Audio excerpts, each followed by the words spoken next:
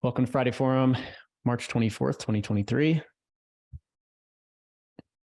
Get straight into it. So just a reminder, Friday Forum is weekly sync time. The goal here is to celebrate achievements across the company, look at what's going on in different functions that it's not always in sight when we're fully remote, hear from members and partners, share the culture. This isn't the deep dive business analytics meeting. This is not where we do strategy. This is just where we share what's happened over the past week. All right, on that front. So this was our biggest Eng week in terms of pull requests, releases, and fastest deploy time on record for engineering, at least since we've been measuring. So pretty big numbers there. Awesome. We built out for beta 1 polls, advanced video player, a new feed algorithm version 3, which has better content management tabs, and trends 1.1 all this week. On the sports side, we've actually raised the bar on 3 of our SLAs due to just outperforming for the past few months. And so we're going to be bringing a number of these in, and we'll continue to do so. So this is a big improvement over where we were a few months ago when we were rolling out to general availability and really struggling to keep up. So huge shout out to the support team. Autonomy, which is the team that we've been using, the group that we've been using to scale support. We're going to do a phase 2 with them.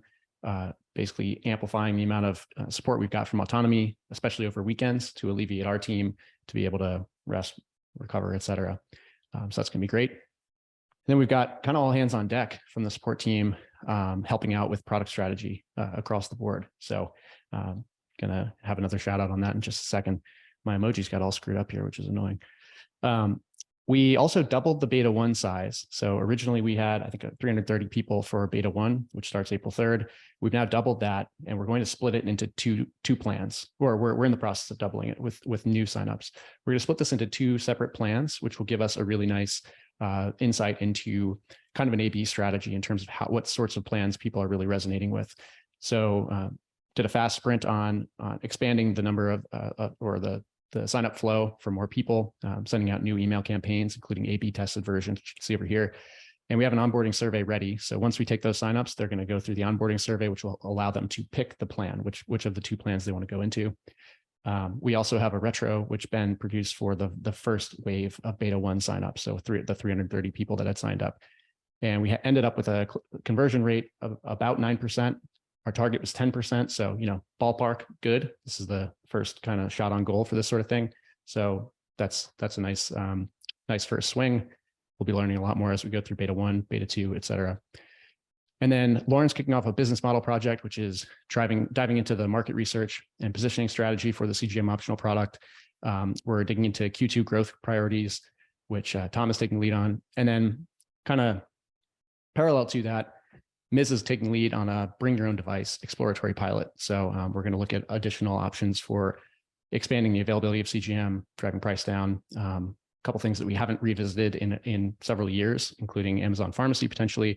So no major changes happening right now, but just as a heads up, we do have a pilot that we're developing right now for the sort of, as we enter the CGM optional space, what can we do to alleviate overhead, move faster, and potentially bring prices down. On the Guides V5, I think we touched on this last week. We had a Guides V5 retro come out based on Sonia's cohort. We've had a number of updates go live since that Alpha 1. So multiple stories are now live, links, likes, Guides profile, kitchen tab, essentially a whole new suite of features that Guides can leverage when engaging with their audiences. We've also got Guides content linking directly into the food guide, which you can see down here. This is a huge press that happened this past week. And then a new Alpha 2 metrics dashboard, which is essentially looking at retention, engagement, the major metrics of product market fit that we're going to be tracking in each of these cohorts as we roll them out. And then the team is in Miami, some of the product team cranking on Guides content, which you can see some of right here, Stacy and Mike. This week we had a homepage conversion record. So conversion rate record, we're up in like the low 5% range, which is a big improvement over the past few months. Fixed a major Apple Pay bug, which may be contributing here. And then we're starting to build the beta 2 CGM optional web-based sign-up flow. So, we've been doing janky sign-up flows through type forms and things like this. We're now building a web-based sign-up flow, including the CGM optional experience where you can sign up for just levels, kind of see it right here, or you can opt into trying a CGM. So we're starting to get starting to take all that sign up magic that Karen and the team have been building on the growth side and applying it to this new product strategy. We'll obviously be testing this and iterating through a number of strategies here as we learn, what converts best. But yeah, getting started on it now. We've also launched the sensor education page, which we got to kind of be cautious about how much we share on this, but it allows people to actually see the difference between the different sensor systems, which we have not done yet. And then we're running user experience sort of research. Lynette's taking the lead on this for a future referral strategy. So our goal is to be able to launch a referral program sometime soon. And then we're continuing to experiment on prospecting, and YouTube ads are really actually moving quite a bit faster than we had expected relative to other platforms like Meta. Finally, huge content and product lift. So the Levels Food Guide, this is 250 plus foods, which Azure and Haney and Caitlin have all been really building out at an unbelievable rate. I think also leveraging some external resources. So we're building out this huge food guide, which will be part of the guide's experience. We've got a whole new level with Molly Chester from Apricot Lane that went live with Casey, content pieces on school lunches, fiber, new metrics dashboard for the content production that we're doing, and some content growth updates, which will update the blog and include better email capture and some other elements. So a ton there. We were also featured in Men's Health 2023 Fit List, really great piece on Gadget this week, kind of the leftovers of a PR press from last year, which is pretty awesome to see. All right, I think that's everything. So see, did Joey join us? Okay, yep. Awesome. Yeah, so Joey Roselli, welcome to the Friday Forum. Joey's a partner of Levels. I think we've been working together since October last year. Joey's a content creator, focuses on what I like this tagline of focusing on building healthy lifestyle, not just a diet. Joey, would love to, first of all, appreciate you joining us on Friday morning. Would love to hear a few thoughts, what you're excited about in the future of metabolic health. Yeah, thank you. Thanks to Jackie for having me, and to you as well. My experience was incredible. Like I told Jackie, I think it was super easy to understand. However, the thing I would raise, and a lot of messages that I got from my audience, is that just because I understood it doesn't mean that everyone else understood it, right? Just didn't understand the whole link and affiliation between measuring your blood glucose and how that plays a role in your health, and how it plays a role in your metabolism, and how your metabolism works in general. I think that's also a factor because my audience is not exposed to all that information from me just yet. But I think the overall experience was easier to understand, again, for me. But now it's like, can we, quote unquote, dumb it down or make it easy for even a 15-year-old to understand, if that makes sense?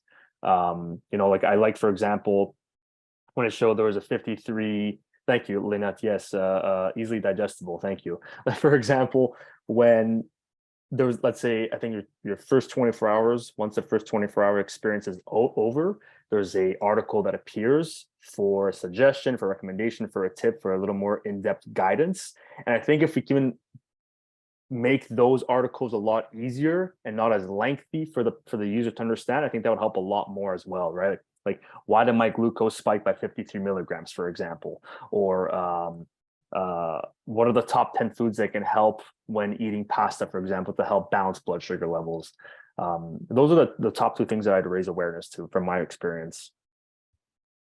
Yeah, I'm curious with your, so you're doing kind of a one-to-many content production, which is one of the interesting opportunities and challenges here, is that I think people learn trends from seeing someone else's experience, their data, et cetera, but then they want to know how it applies directly to them. So I'm curious your perspective on crossing that divide, for people that don't have a sensor on, for example, how to create that same level of engagement and interest without being able to be explicit with why that individual or how that individual in real time might be responding to the food. Does that sort of resonate? Do you kind of follow what I'm diving into there? Yeah, a little bit. I mean, I think what you're saying is like not everyone understands the relationship or the correlation between the food that they eat and their results, right? Yeah, it's a question of, as we're moving into this new kind of product strategy where we have guides who are leading people through and showing their real-time data, from a continuous glucose monitor, and essentially teaching people the themes that, sleep, exercise, nutrition, content, and even food order, those sorts of things. a lot of people can easily grasp the underlying concepts, and then others want to know, well, what's happening in my body right now. And so I'm curious if you've seen, do you see themes where people are learning they most want to understand the foundational principles, or whether they most want to see their own reactions in real time? I think definitely their own reactions, right? Because everybody responds differently to, for example, a plate of pasta, right? If you're having just like spaghetti aglio olio, for example, just like plain white pasta with not many fats or proteins surrounded in or accompanying it, you're going to notice probably a surge in energy, maybe a crash later on or a midday crash. So I think really by going by measuring it through their moods and their own reactions and their own results, that'll help the user better understand what foods I'm responding to, what foods I'm not, and how my body is even working with these certain foods. I think what's interesting is of the people that engage with your content on these sort of the continuous glucose monitoring biosensing trend, what's your sense on how many people are coming into the content understanding what a continuous glucose monitor is versus they start following the content because it's unique and interesting, and then they get interested in trying a sensor themselves? I'd say for my audience in specific, I'd say it's a small portion, right? Because I'd say the base of my content is recipes. Like I'd say a good 3/4 of it, healthy recipes. So they think, one would assume that a healthy banana and ice cream is a healthier option compared to a traditional cookie dough ice cream, just for example, which it could be, but your body might respond and react differently to it than a cookie dough ice cream, right? There might be more sugar because we're adding 3 bananas versus 1 banana. And so I think because they're coming from that end from my audience, they're not fully understanding what metabolism is, how our body takes certain foods and transfers it into energy, and what their blood sugar readings say or blood sugar readings are to begin with. So that's something that my audience needs to be exposed more to and to understand and learn more about. Yeah, it's interesting because the arc that we're building toward, and I think I look forward to exposing the new product strategy to your audience, because I think a lot of people ultimately will first experience or see what a CGM does and is capable of doing through other people, and they'll obviously, people aren't out there looking for continuous glucose monitors until they see someone else's information and recognize why that might be useful for them. So yeah, I'm excited to sort of build that top of funnel. I think you touched on it on the right off the bat, but what's one area that you think levels really needs to improve, whether it's in the product or in the content, or where would you recommend that we focus some attention? I'm going to say this response based off the messages I've received. It was just the affordability component, and I don't think that's something that you guys can control. I mean, you could control ultimately, but you can't control the reactions from others or from potential customers, because not everyone comes from the same space or the same state of mind when it comes to investing in your health and improving your health. So for someone, they might think X amount of money is a reasonable price, and the other person might think that it's not. So that's a lot of reaction that I got, saying like, oh, why is it so expensive? But it's like, in my opinion, it's not, because it's like, let's just say for $200, like you're gonna go spend that at a restaurant tomorrow night, aren't you? But you won't spend that for a yearly round membership. Well, it's great insight, and it's definitely something that right now we're particularly focused on, is making a more accessible, still actionable product, and then obviously driving the cost of sensor use down continuously. So it's a great reminder. Joey, I really appreciate you joining. I really appreciate you being a partner to Levels and helping us get the message out. And if you'd like to hang out for the rest of the meeting, please do. But otherwise, appreciate you taking the time. The team really finds this valuable. Awesome. Thank you to all. All right. Thank you. Jumping into quick culture and kudos. So first off, I want to thank How. How is going to be, his last day is on Tuesday. Hal's been with us for almost 3 years, and he's been really just a pleasure to get to know and to work together with. Really graceful, talented person, and taught me a lot about coffee, taught me a lot about back-end engineering, and really excited to follow along as Hal moves into his next chapter, and just appreciate everything you've done for us from the earliest days, Hal. And then I want to just highlight the support and product teams. So This week, as I mentioned, we both moved SLAs in a positive direction. So we're like just getting better on the support side with time, and that's a huge effort in and of itself. We also have Sunny, Lynette, Rebecca, Priya all jumping in to help out on the guides, the product development process, from meal planning to guide submissions. Just a ton of work back there, and a lot of support to help us find product market fit, which is amazing. And then down in Miami, we've got a group of people. I think maybe it just wrapped up, but essentially, we had a little on-site to film more guides content and make some big strategic decisions about the next cohorts that we're working towards. So I love seeing that progress. And you can open the app this morning and you'll see some of that content that was filmed just a few hours ago. All right, over to Nicole. All right, thank you. So just a couple of reminders. It's been a very busy season for all of us. And so we wanted to touch a little bit about some of the best norms and general good practices around when we do have sync meetings. Our value around async work is as async as possible, but not more. And in certain phases and certain times, it might mean that shifts a little bit. And so we wanted to do some reminders about some documents that we do have out there in the realms of Notion, and then just touch on some of these norms. So if you check out the levels.link/sync, there's a whole document about this, but some quick reminders around sync meeting norms. So try to plan ahead as much as possible. And there's also a difference between one-to-one meetings and other decision-making meetings. So knowing what sort of sync meeting you're going to have will also dictate some of these best practices and norms. But whenever possible, try to plan as far ahead as you can and give people at least a day warning before you throw or before you put something on their calendar, if not even further. Just in the nature of having flexible work or deep work maybe that day, you want to be able to give people as much of a heads up as possible. If there's a meeting and you think that there needs to be more than 3, really consider if that's actually what needs to happen. Once you get beyond 3, it's harder to make decisions. And there's also the best practice of recording. And so if someone might need that information, but doesn't need to be there to make a decision, think about if you can just record the meeting and distribute that recording for additional input afterward. Start and end on time. Always try to join at least a minute, if not more, ahead of time so that you're there and you can work through any AV issues. And then also really try to end the meeting on time and be respectful of everyone's time and calendar.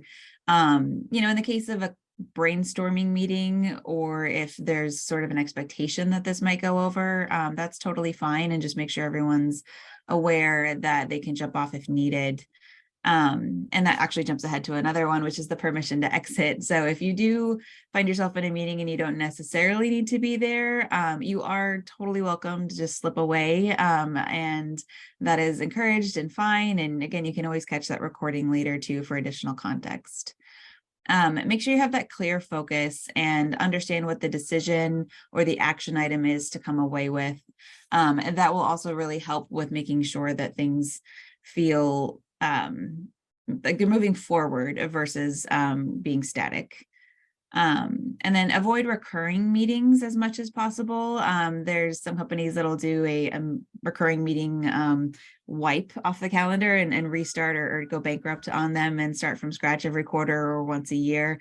But always question whether a recurring meeting is necessary. And if you do have recurring meetings on the calendar and nothing super pressing to talk about, let that person know and maybe drop that off of the calendar and go async if you can, and do a Loom exchange or just a written update. And then finally, always record and distribute the Loom of that recording. Recording meetings has been a really valuable thing from my perspective, coming in and that not being a norm for me. I've found them so helpful so many times. So make sure that that is the default and distribute them to anyone else that might need context. And then a few just best practices. If you can join and your background isn't super noisy, go unmuted if you can, and that just allows for more casual conversation back and forth. And then if you've got a meeting of more than 5 people, use the raise hand feature on Zoom. It's very helpful. It helps the moderator, be able to direct conversation. It's helpful for those who maybe aren't as, maybe their personality isn't more likely to jump in, so you can use the raise hand and create that norm. And then if you're on a walk or if you're just tuning in and you don't have the best internet, you can put the read only or maybe an emoji behind your name in Zoom, and that will let us know that you probably shouldn't be called on if that comes up. And then also finally, audio only, especially for one-to-ones, is more than okay. Video can be kind of taxing, and especially with all of us right now having a few more meetings on our calendar, it's totally great to go just with audio or just over the phone or whatever feels best for you to meter your energy. So check out that link and let me know if there's any other questions, or feel free to add more comments or suggestions to the document itself. All right. Thank you, Nicole. Yeah.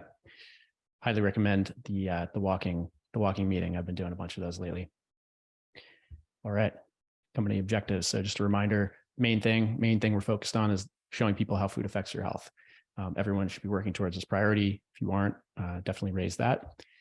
And with that, jump over to growth.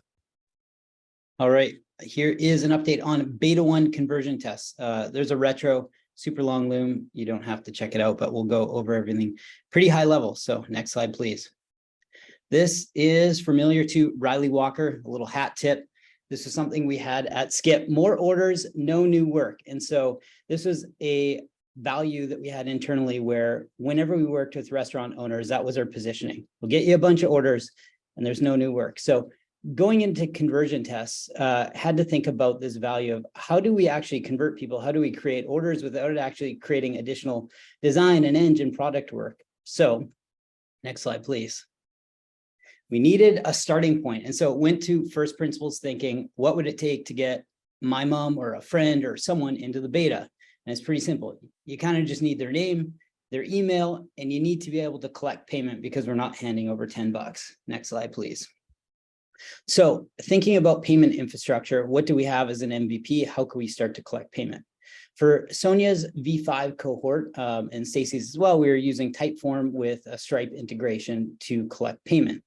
And we were doing a bunch of demographic data collection up front. So we had this really long questionnaire where people would go through, and it very much looked like a survey. With this specific survey, there were 12 questions. And so we need to think about it, like, do we actually need those questions to collect payment? And the answer is no. So you can see the average time to completion on this was 10.5 minutes, and the completion rate was 34%, which is still really high. That's a very, very high completion rate. But the question becomes like, can we increase that number and can we reduce the amount of time? So clearly the answer is always yes, there's always some way to do something. So next slide, please. So what we did is we had this hypothesis that we needed a landing page for to drive traffic, anybody that we were reaching out to for the beta conversions. We needed a landing page where they could click through to a checkout. And so after stepping back and thinking, hey, like, what if we just turn Typeform into a lander? Like, does that work? And the answer is yes, like we can do it. So this is just Typeform, but it looks very much like a landing page in a website. And part of it is building this this trust with their brand. When anytime somebody lands on something, it's like opening a door to somewhere that they don't know where it's going to take them, and all of a sudden there's this reveal. And so when they land on something that looks a little bit janky, it might erode trust a bit.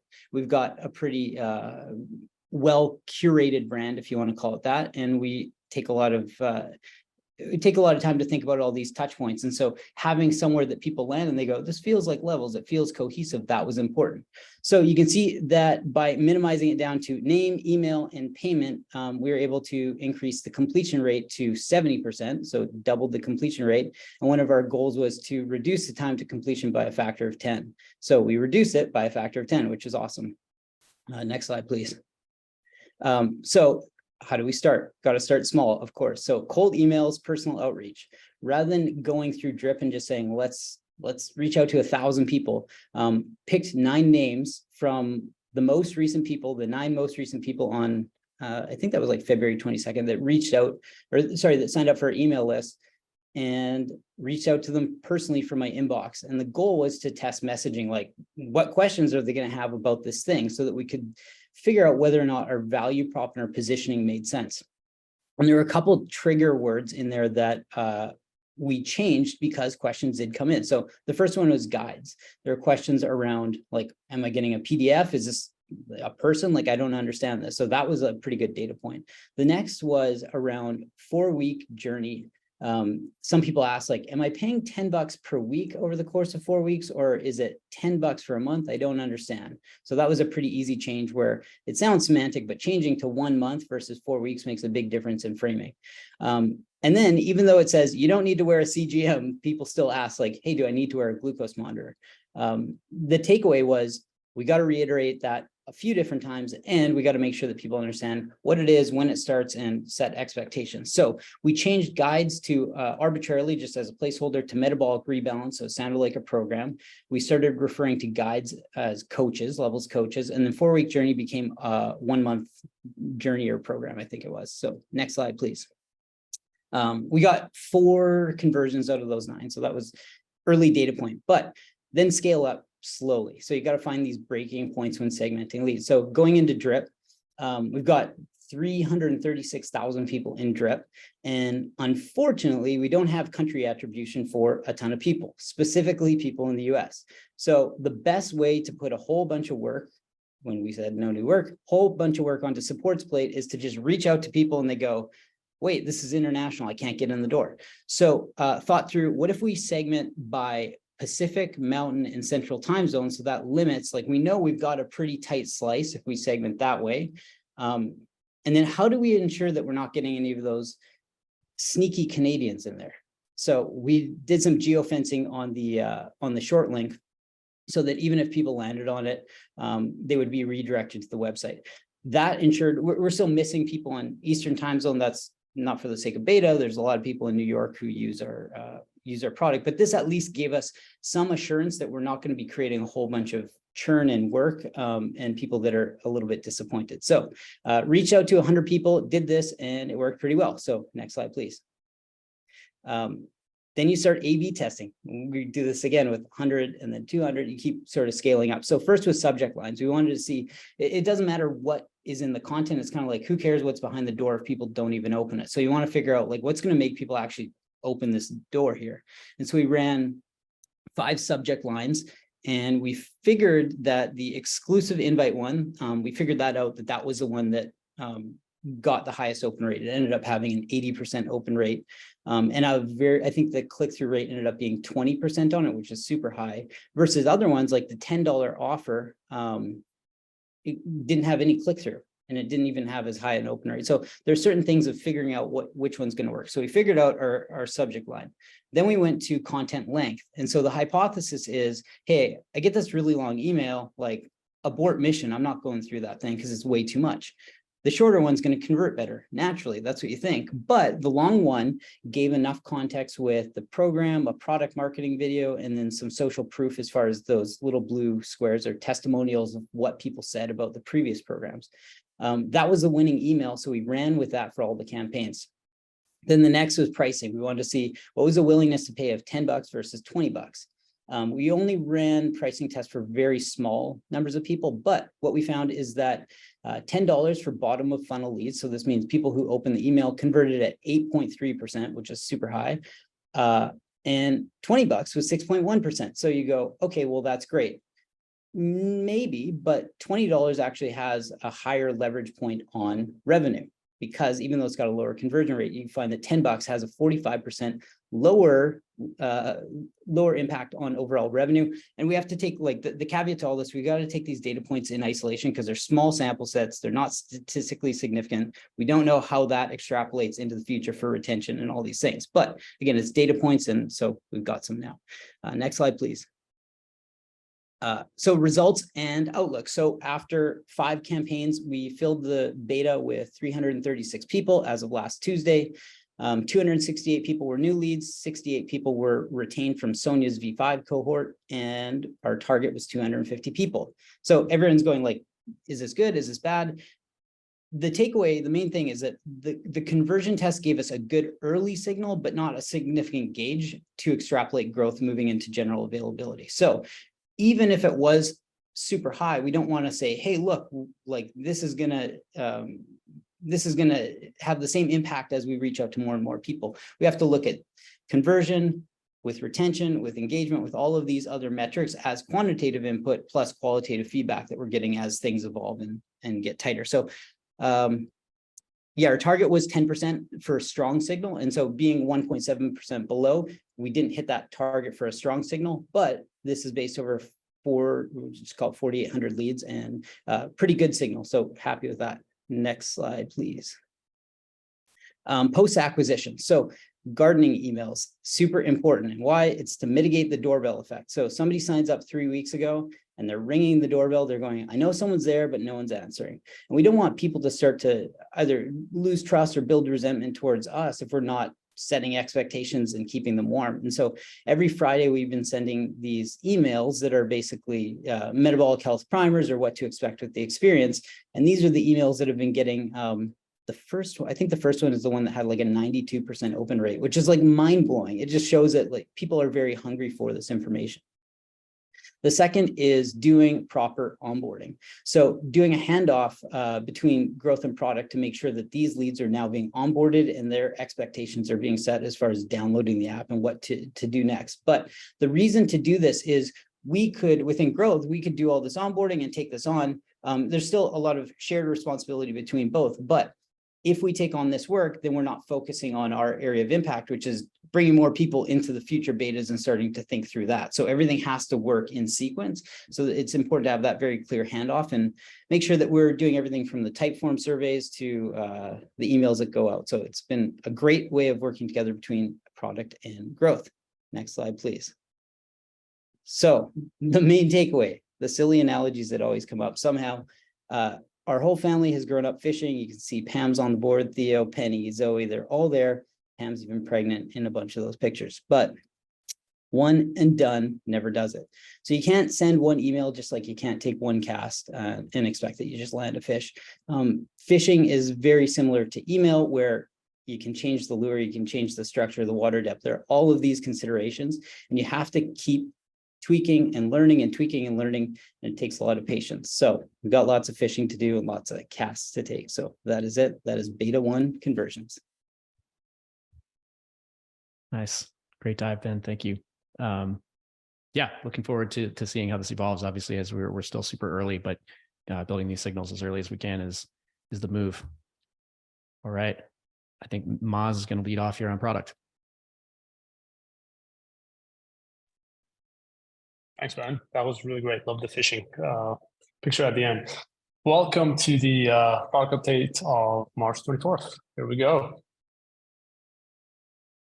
All right, so beta 1 is coming together. It's about 10 days away, and the team's been cranking all across the board, whether it's engineering, whether it's product design, support, everybody, editorial, and we're getting ready to test two plans. And the reason for this, if you remember, is that we want to see what will resonate most with members and where we can get the most traction and drive the impact that we desire. And from this test, then we can decide which direction to invest more in and go deeper versus wider. So really beta 1 is set up to give us signal to know where to invest our time to develop these plans.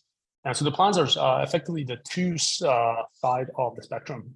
Plan 1 is basically metabolic baseline or 101 or reset.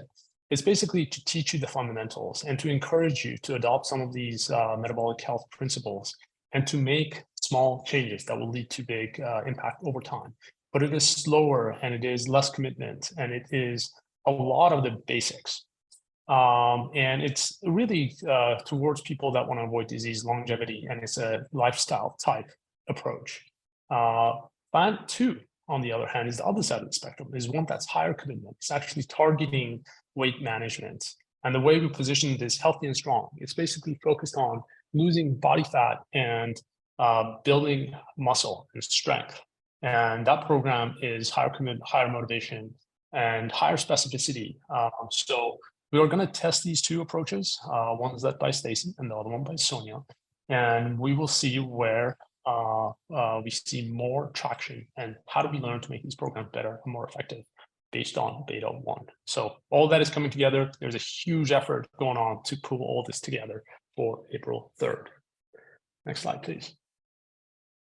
All right, so the team has been working very hard to create the different assets, and I think some of the slides are missing. Let's see, I think you're missing one slide. If you can go, yeah, there we go. Yeah, that's the one. Perfect. The team has been working really hard to put in the create the assets that will really power our plan. So really, big thanks to a cross-functional team: Azure, Caitlin, Haney, Mike D, Alan, David, Sunny, Sissy, and a lot more people that are really creating a lot more depth into what we create around our meal guidance or food guidance, which is the core of our experience. Really putting together these beautiful guides. And we'll eventually end in the app. We'll inform the app and create the assets for the app that will help people understand what they should enjoy, what they should pair, and what they should avoid. That's really the Levels Food Guide that will create the basis for how people should eat. The second one is meal planner. So now that I know what ingredients are good, how do I actually put it together? And how do I actually create a plan for the week in a way that it's flexible, specific, which means we don't tell you what to eat specifically on this day, but these are some suggestions that you can understand the principles and you can pick from. So it provides both the specificity, but also the flexibility that fits in people's lives. And then the food swaps, which is part of our core, to tell people that, look, you can still enjoy really good food, and here are some great swaps that you can employ in your diet, so that you can eat the stuff that you like, but have a stable glucose response and the nutrition density that we want people to have. So all this is coming together, and it's been a huge amount of work, and it's looking great. And I encourage you to go check them out. They're all in Notion. Next slide, please. All right, another piece that we've been talking about for a while now is behavior change and developing the habits that will help us get healthier. And so the team has been working on putting some of these habits into the framework of how do we make habits small and build on them. And there are a host of habits that now we have that the guides will actually encourage people to adopt 1 or 2 a week and practice them based on what works for them and what they prefer, to really help them improve how they eat and eventually their activity as well and sleep. Next slide, please. All right, the final piece. So metabolic health is how you eat, and also how you move really matters. So we're actually bringing a set of principles of how we should help people be active. And we're putting it together based on some of the best research in the world to create a program that, again, is specific but flexible, meaning I know what to do because I really want an intelligent human to put a plan together for me, so I don't have to take on that cognitive load to figure out what to do when I want to exercise, but also gives me the flexibility that if I miss a day, I can easily switch around my schedule and focus on the things that I need to focus without being slave to a specific schedule or set of directives. So we're creating a plan that is science-based, that is specific, and that is flexible, and has been a lot of effort on that too. So basically, if you sum it all up, for the plans that we're launching, we're going to have clear guidance around food, clear guidance around activity, and also all the great metabolic health principles that we have put together over the past years, and do it all in a way that can be built with simple habits that can be sustainable to improve our health. So all that work is going on, and people are really excited to launch this to our customers. So stay tuned. Hopefully 10 more days to go. Thanks, Josh. Hand it over to David. Thanks, Maz. All right, can you do one more refresh, Josh? I'm not sure if this one came through. I think we're good though. All right, so as Maz previewed on the beta testing, I just wanted to reiterate that for our beta test, we want to really maximize learning for what that effective program looks like, and then how we implement that. That's what we're going to be focused on as we look towards beta 1. I wanted to give a quick Alpha 2 update, but in order to understand the Alpha 2 update, it's really helpful to understand what we're doing in beta 1, because Alpha 2 is all about teeing up beta 1. So in beta 1, we want to test our hypothesis that a guides-driven experience will be engaging for users. And we also want to test another hypothesis that our systems approach to the core software-only features is effective. So essentially what Maz was talking about, tying in all the food guide recommendations that you're given from the guide, with easy tie-ins with the logging, that entire loop that we're creating will be perspective. Our alpha experiments are other hypotheses. So next slide, Josh. And so far, what we're seeing is good engagement based on where we expect it to be for alpha 2. So one of our main metrics for beta 1 is tracking engagement as a proxy for retention. And our goal for beta 1 is going to be 50% of people open the app at least 2 times per week. And so far, we're 2 weeks into our alpha 2 test, which is with Stacy's cohort from Instagram. We were seeing that 70% of people so far in the last week have opened the app at least 2 times in the last week. And we're seeing overall fairly good engagement on that to that end. With alpha 2, we also had this hypothesis that we're not going to see as much engagement as we will later on as we keep iterating and building in the pieces of the app that we think are really core components to having an engaging guidance-led experience that we saw in Instagram. Our hypothesis was that the app experience and levels for alpha 1 and 2 would feel lonely compared to what it did in Instagram, where they had a full suite of features already built out for Sonia and Stacy to engage with their cohort. And that's sort of what we saw in the first couple of weeks. So Stacy's been posting daily videos and they're being well received. But we're seeing that some of the features that we have planned for beta 1 we think are necessary to bring in to up the engagement with that guidance video in the app context versus Instagram. So we have 64% of people are engaging with the videos at least 2 times per week in the app in the first week of alpha 1. And in the second week of alpha 1, we're seeing a little bit of a drop for that one, down to 43% so far. That week is still ongoing. But I think this is as expected. We didn't expect to have perfect parallel with what we saw on the Instagram engagement when we first launched this into alpha, knowing that our table stakes set of experiences is really coming for beta 1, if that makes sense. So yeah, I think overall we're seeing higher than expected engagement with app opens compared to where we want to be even next month. So let's keep that up. And I'm excited to get to some of the features that we're piloting to bring in more of the community feel into the experience, where it'll be interactive polls, ability to send guides feedback messages so that the guide can then further reflect that back to the audience, better feed ranking, and experimenting with other things like community comments. So that's it for Alpha 2 update. All right. Thanks, David. And thanks, Maz. Yeah. Cool to see this arc building. And, in the background, we're continuing to iterate again on the CGM optional elements, and looking forward to seeing that launching sort of in parallel. So just a reminder that we've got a lot of exploratory stuff happening simultaneously, and it's sometimes difficult to keep tabs, but I definitely recommend having in mind these major launch goals and the objectives below them. So alphas, and then moving into beta 1, where we first start our retention goals, building towards 2, 3, and ultimately general availability. So lots going on. Super excited to continue to see this paying off. Okay, I'm going to jump into open roles. We do not currently have open roles at Levels, but if you are interested in submitting a future application, check out levels.link/careers or forward it along to somebody that you think would be a good fit for what we're doing here. And we got a forum survey here, which I think we sent out in comms. So no action to take there. All right, we got some time for individual contributions. So I'm going to stop the share here, shift over to this mode. And yeah, I recommend you can use the emoji reaction down at the bottom, raise your hand. And we can share a little something. Chris, you beat me to it. Go for it. So first off, I want to welcome Carrie to the team. Super excited to have you on board, and hopefully you're around when we're having our offsite in Austin in early April. So I'm looking forward to meeting all the team there. Second, want to do a big happy birthday shout out to Mr. Flanagan. I forgot to get that in the slide deck, so I would ask everyone to sing him a happy birthday right now, but I want to embarrass the guy. But make sure you wish him a happy birthday, which I think is this weekend, probably Sunday.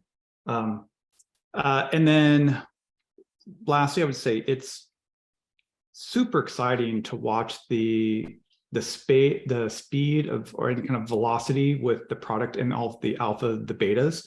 I think when I saw the initial kind of plan of attack of moving towards the June 1st date, I looked at it going, wow, that's really aggressive. Like there's no chance we're going to hit any of those dates. Just in terms of just like seeing a lot of teams like put aggressive dates on there and then having to slip. And not only is the team hitting the dates, they're pulling additional work forward. So multiple times of the, hey, we were going to do this in beta 1 and we decided to test it in alpha 2. Like, and that's now becoming a trend. So they're actually increasing even on top of their aggressive dates. And that is almost unheard of. So I just a huge hat tip to everyone involved, working quickly, fastly. I know it's a lot of like, hey, is everyone on the same page, but it's just super exciting to watch. So, so thank you everyone involved. Yeah, I'm gonna sound like a broken record here on Chris, but yeah, extremely excited to have Carrie on the team, and spent Tuesday and Wednesday down in Austin. Got a chance to really jam with the team. That's been awesome. And then to surface and catch up on everything that happened this week is blowing my mind. I was digging through for hours last night, hours this morning, just to catch up on product and eng and guides growth, all the work that's happened over the past few days, which is sometimes hard to believe. So just I didn't even know the Miami thing was going on, until this morning, and I saw the content pop up in my app, and so it's pretty amazing. I just want to celebrate everybody's efforts. It's great to see.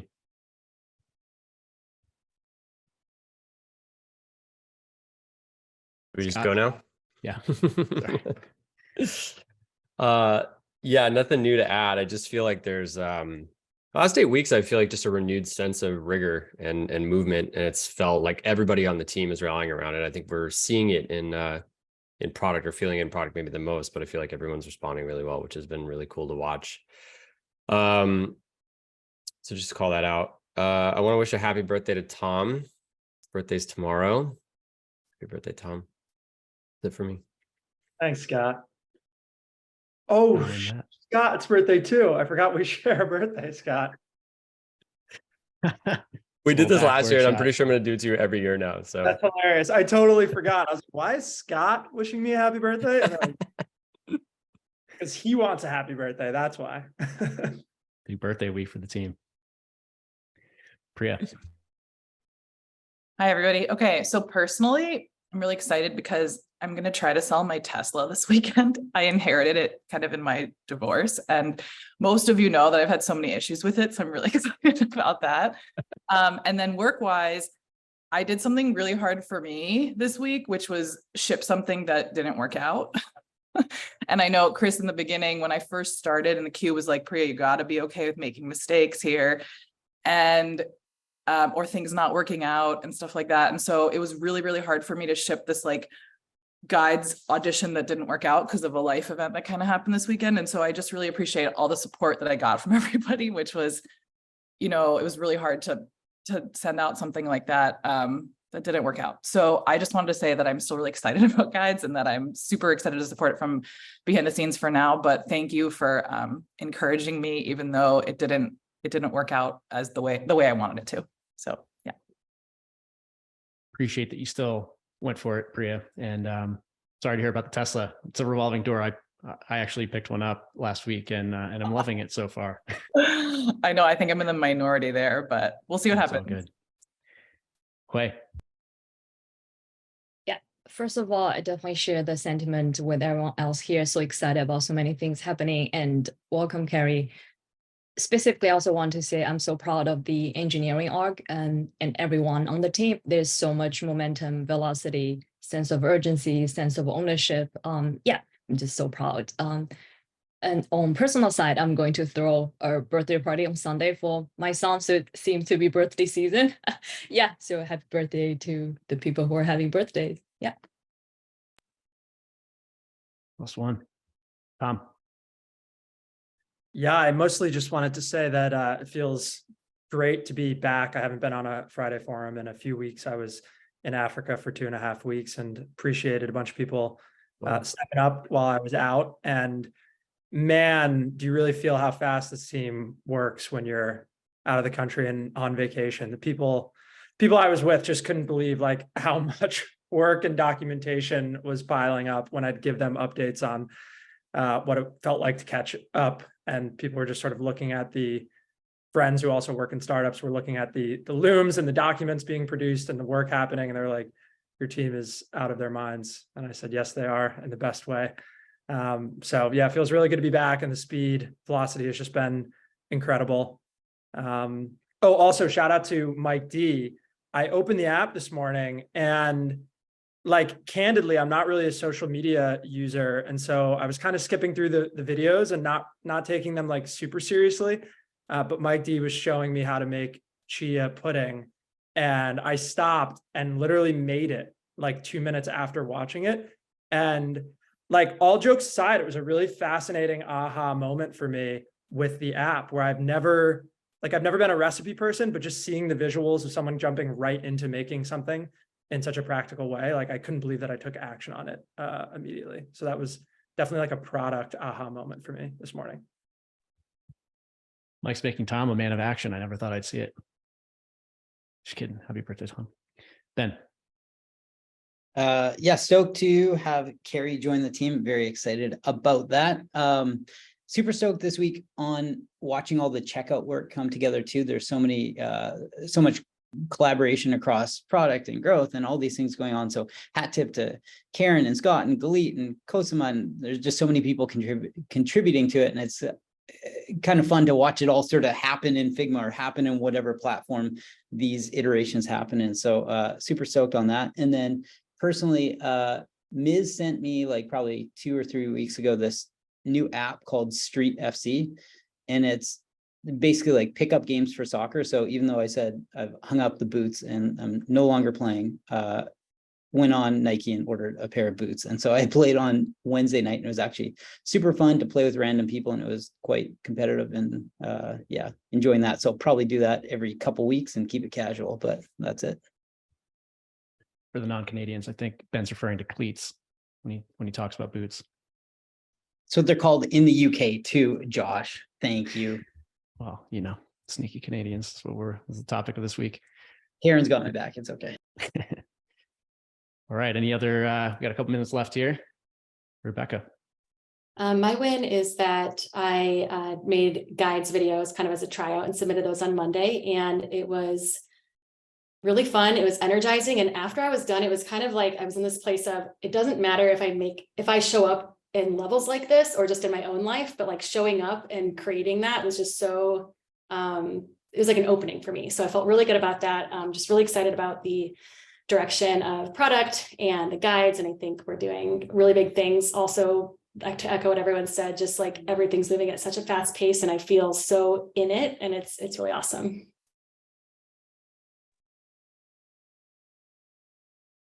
All right.